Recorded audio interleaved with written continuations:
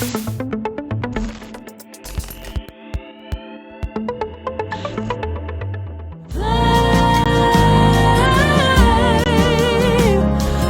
brighter than they say, and your flame, no, they can't take that away,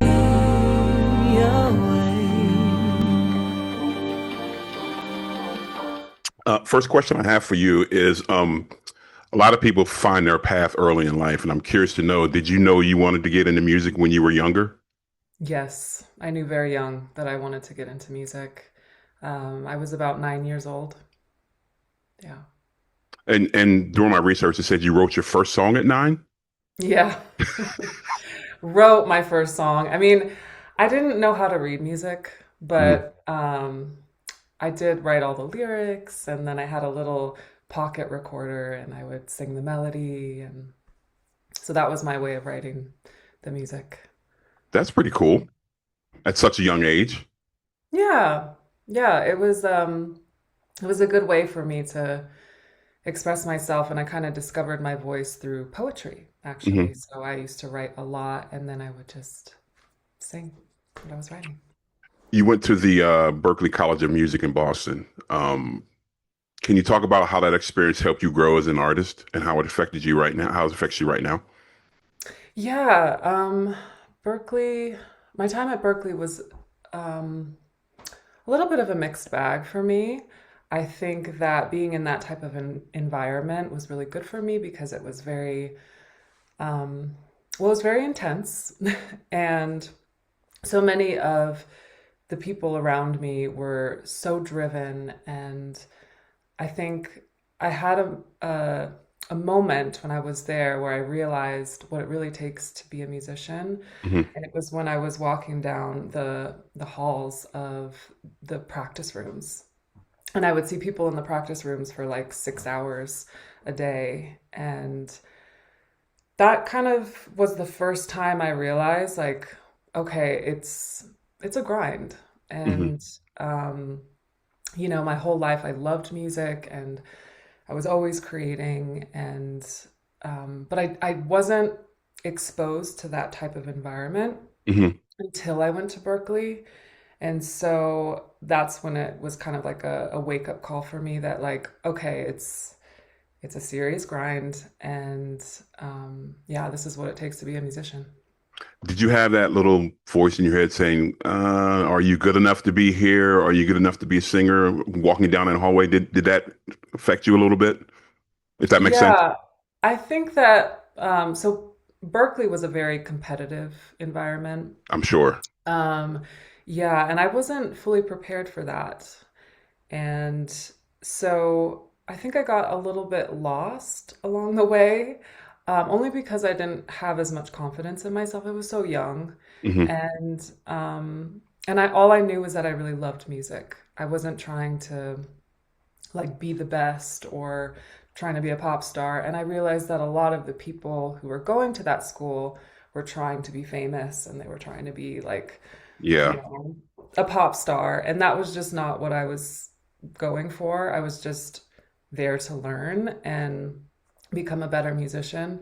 And so that was another thing that kind of just was just new for me. And also I just realized a lot about the industry by going there, because there were a lot of very like reputable industry people who were teachers, and there were a lot of politics involved with different just like different classes that you would get into, Hmm. or it was just very competitive in that way. So I think that was a learning experience for me.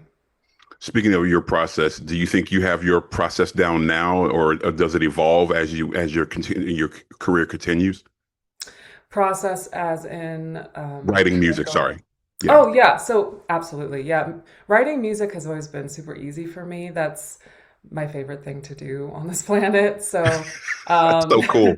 so it's something that just it comes very naturally for me, and yeah, I do it all the time. So I'm always um curious as to how people get inspired. Like I was watching a documentary on Ann Wilson from Heart, and Mm. she's one of my favorite singers. And she was talking Mm. about one song she wrote. She was looking out her window one day, and her dog was chasing a butterfly, and boom, Oh, I know a that song song. came. Yeah. Yeah, dog and butterfly, and the Mm-hmm. song came to her because she was just watching her dog outside trying to chase this butterfly. And I'm Mm-hmm. curious, do you have moments like that where something just you see something, Oh, boom? yeah. Absolutely. Absolutely. I think being a songwriter is very much about being an observer.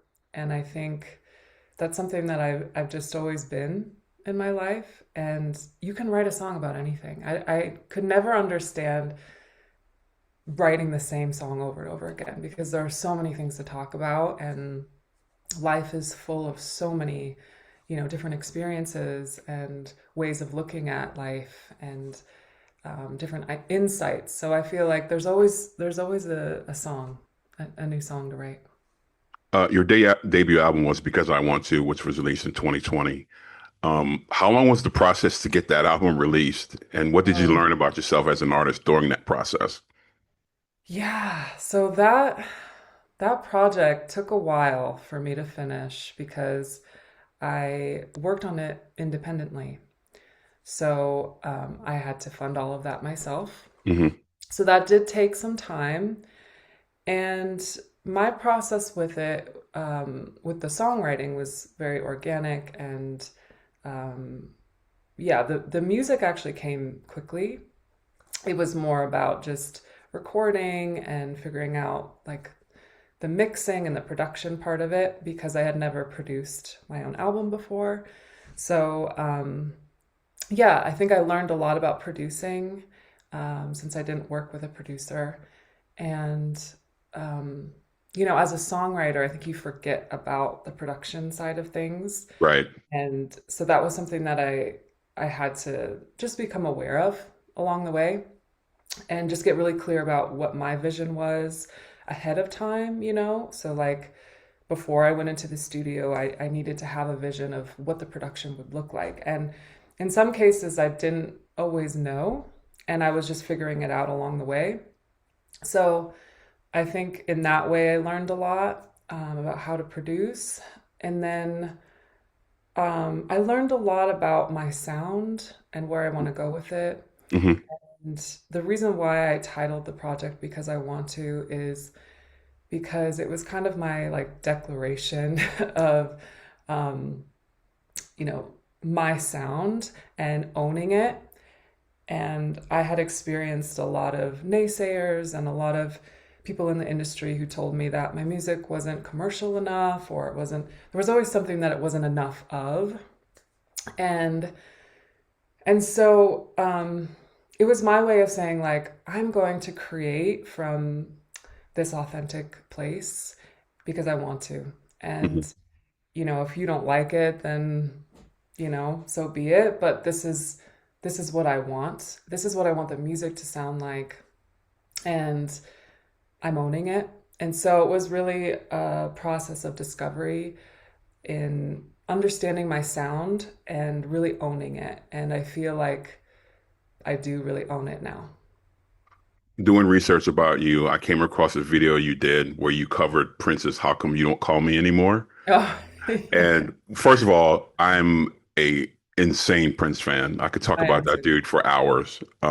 What made you Amazing. decide to recover that song? And it was beautiful, by the way. Oh, thank you. Um, I don't know. That song is so fun, and his vocals on it are incredible. Yeah, yeah, Incredible. yeah, yeah. Um, so I don't know. I just felt like I love Prince. I mean, he was one of the greatest artists of all time. And His talent is insane. Was oh my insane. God, just insane. And in every way possible. I mean, just an incredible songwriter and musician, like instrumentalist, singer, like just everything. So, I mean, yeah, I love that song. They just wanted to have fun with it. So, Another track I came across that and it actually reminded me of one of Prince's early songs, your song "Crumble," and that incredible mm. vocal opening. It kind of reminded me of "For You" from Prince. From I don't know if you remember that song. He had layered vocals on the opening of that little. It's like a minute and a half track. Oh, okay. I'm gonna have to check out that one. Yeah. That's not Um, mine, but What was that process like getting those vocals just right? Because they were just incredible. Oh, thank you. I think I'm trying to remember what that process was like because it was so long ago. But yeah, I think it was just again, a lot of these details were just very organic for me. I can't remember. There was a song that it was inspired by. I think it was by Leanne La Havas. Hmm. She had a. Do you know that artist? I've heard of her. Yeah, I haven't heard her music, but I've heard the name. Incredible artist. I mean, her voice is just it's just captivating. But she has a song on her first album. It was like the beginning of the project, and it starts out with harmonies, and I was just inspired by that song. Um, so that was kind of the process in getting that together. There's a song you put out recently called Flame, and not only is it a great song, but the video for that and the imagery in that video just stood out to me immediately. How much Mm. did you have involvement with that video and talk about that song and its importance to you? Yeah, I that song is the most important song to me. Uh, well, it's hard to say that, but I it's a very meaningful song to me because of many different reasons, but I I wrote that song from, as you know, a very it's I don't want to say it's from a dark place because it's also a very uplifting song, but Hmm. I wrote it in 2020 when obviously we were witnessing a lot of the racial injustice in the world, and of course we're still seeing that today. Yeah, But I needed to write a song that would ease my nervous system a little bit, and I think so often, you know, we're bombarded with this like negative narrative a lot of the time, and I just needed something uplifting and something to kind of carry me through that time.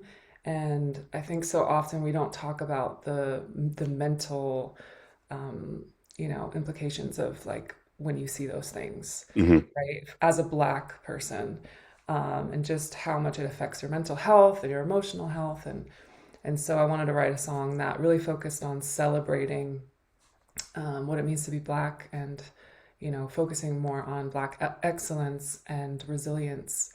So, and it's also a song about, ancestry. So, really honoring our ancestors and understanding, that some people really had to suffer for us to get to this point, and right, right, to honor the people who have lost their lives due to, racial injustice. And at the end of the video, I do, have a list of a lot of the people who right, did lose their lives in that way, unfortunately.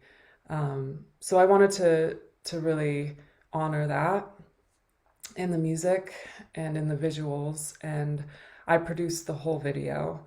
And I reached out to local artists and musicians and dancers from Cleo Parker Robinson Dance Company, which is also a Black-owned dance company in my area.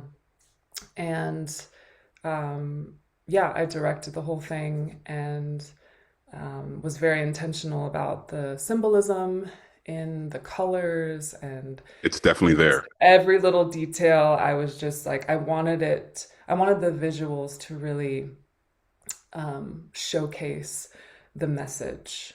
And so I really did spend a lot of time on just every little detail of just the wardrobe. I reached out to, fashion designers, like Black owned businesses, and 95% of the wardrobe and jewelry were sourced from like female Black owned businesses. And so I really wanted to like celebrate a lot of like Black owned businesses along with the project. So that was like one of my favorite experiences, honestly. It just felt like a very like cathartic and just like healing experience. For me, just watching it for the first time, I could tell it's a very personal song and very personal video that you did. So kudos, it's incredible. Thank you. Um, like I said, I came across you on social media, on TikTok specifically. And I'm curious to know how important has social media been to you as far as getting your music out there? And do you see social media as kind of a double-edged sword? Like it's a good thing for getting you out there, but it's also there's a negative side to social media. What has your situation been with social media so far? Yeah, I mean, you said it perfectly. Um, Double-edged sword for sure. I feel like it's so important to utilize social media when it comes to exposure, visibility, and getting your music out there. It's really the best platform to do that. Um, However, it is oversaturated and it's easy to get lost in the noise. And I think it also feels very distracting from the music. And so the hardest thing for me is finding the balance between the two, being both like, promoting myself as well as just being the artist and creating and finding the time to do both. And I just find that social media can just be really noisy and distracting. And Hmm. I honestly don't love it. And sometimes it feels really fake. Hmm. Um, and it's hard to kind of like sustain an authentic voice in social media without sounding like, I don't know, you're like overly promoting yourself or stuff like that. I sometimes struggle with it, to be honest, but I understand the importance of it, and I, yeah, I obviously use it, and I just started a TikTok like a few years ago, and I barely used it. And last year, I decided to take it a little bit more seriously and just start to be more consistent with it. And I do feel like it has helped with getting my music out there. More people seem to discover it, specifically on TikTok. I haven't really found that on Instagram yet. Instagram seems to be a little bit more challenging in that regard. But yeah, I think that it can be helpful if you use it right and you stay consistent with it and without like losing your sanity. For So me, as a person who just loves music, I love going to see artists live. For you, what does it mean to you to perform live in front of an audience? What does that oh, feel like when you're on stage? it's the best. Yeah. Yeah, I mean, there's nothing else like it, and I love performing and just having the opportunity to connect with people in that way. I feel like there's something just really special about that, and specifically with, I feel like writing music is a very solitary experience for me, and it's also very personal. And then when you get to perform that in front of people and make those genuine connections, I feel like that is just such a powerful experience, and I love that so much.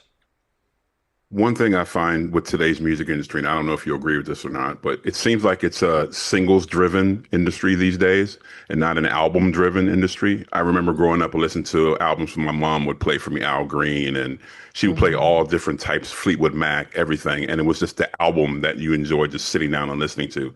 Today Hmm. it's like you hear a song on Spotify and then boom, it's gone.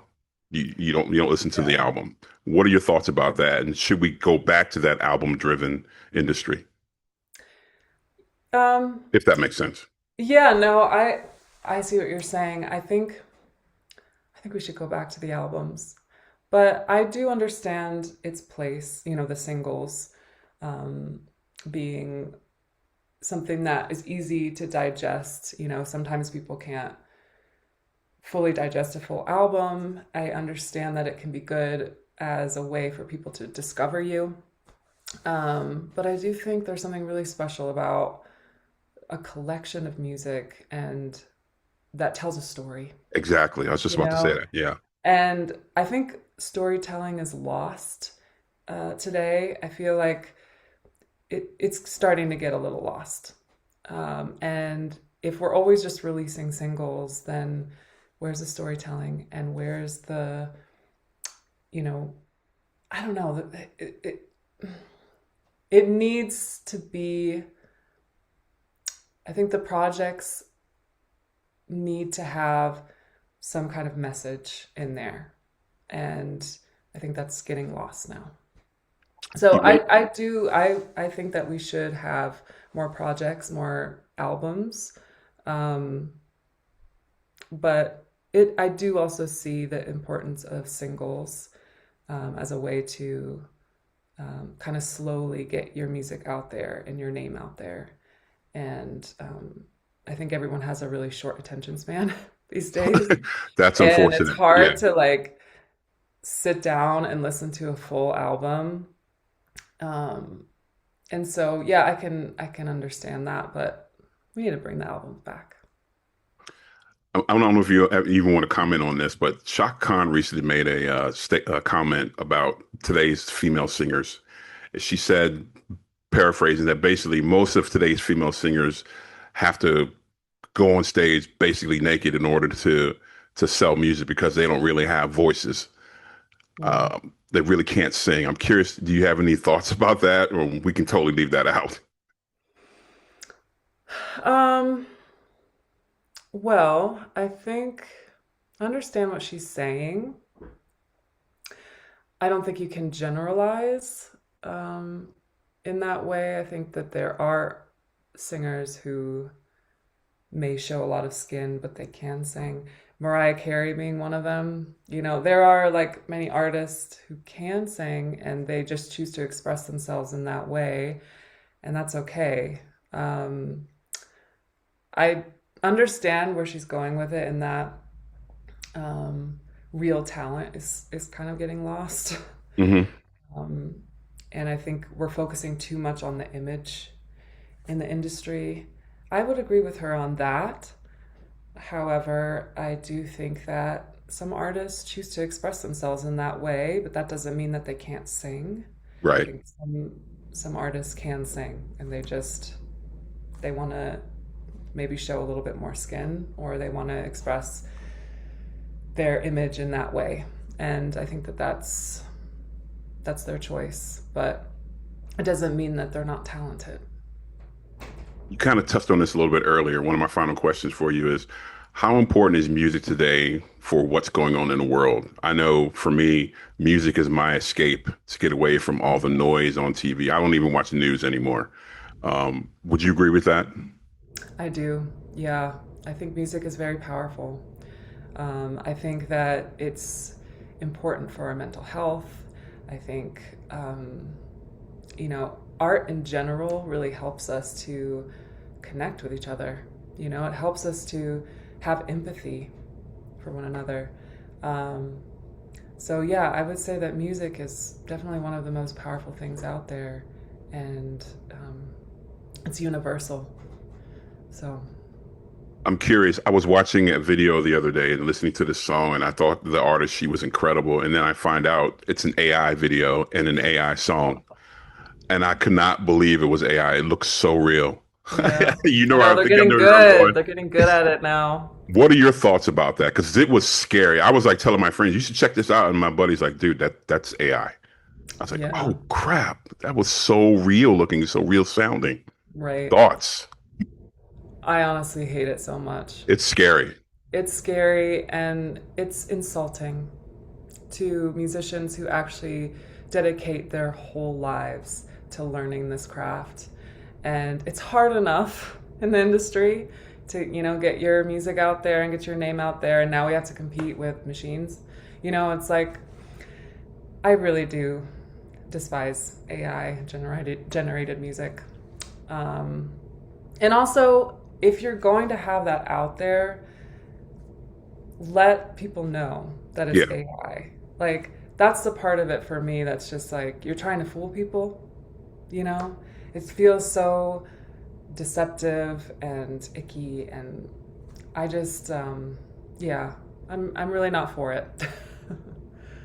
What musicians inspire you? Who inspired you when you were growing up? Because when I hear your music, I think of artists like, I don't know if you heard of Duffy or Josh Oh, Stone. really? Josh Stone, I Oh, I think of did that. love Joss Stone. Yeah, I think of that when I hear your music, when I heard your music. So who influences you? And if you could sing with a duet with someone, who would that be? Ooh, that's a tough question because there are so many Right? people. Okay, well, I'll start with your first question. So, there are so many artists who have influenced me.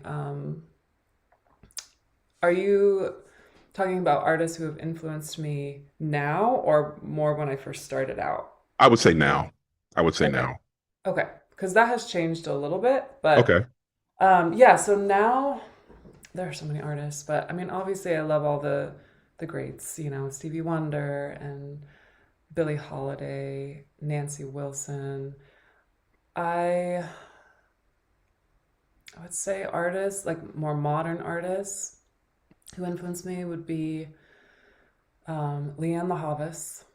You mentioned her. Yeah, I love her. I would say, um, I've always loved Nora Jones. I've always loved, gosh, there's so many I saw artists. her at Paisley Park, actually, Nora Oh, Jones, you did? years ago. Yeah, she before she even became famous, she did Paisley Park for Prince's celebration thing, and she Oh, was incredible there. amazing. Such a beautiful voice. Hiatus Coyote. They're an Australian band and they're amazing. They're definitely one of my favorites. I love Esperanza Spalding. hmm Um, Another Prince favorite. hmm Yeah. Leanne La Havas did something with Prince too. I think he discovered her. So yeah, she's high up there for me. Gosh, I'm drawing a blank, but there are so many artists. Yeah. I really like Michael Kiwanuka. He's also really good. He's a British artist. hmm Um, I like, gosh, just so many. Yeah, those are just a few, but And yeah. finally, for someone, if someone comes up to you after one of your shows and says, "I really want to be a singer. I really want to get into the industry," what kind of advice would you give to them starting out? Yeah. I mean, I would say really focus on the music and keep creating, keep learning, put yourself out there, and focus on the right things. I think sometimes when you first get into the industry, you want to prove yourself and you want to, you know, um, like you kind of get stuck in your ego a little bit. hmm And I would just say focus on the music and enjoying it and becoming a better musician, and things will fall into place. You just have to keep following that passion and stay focused. And don't give up on yourself and believe in your sound, regardless of what anyone tells you.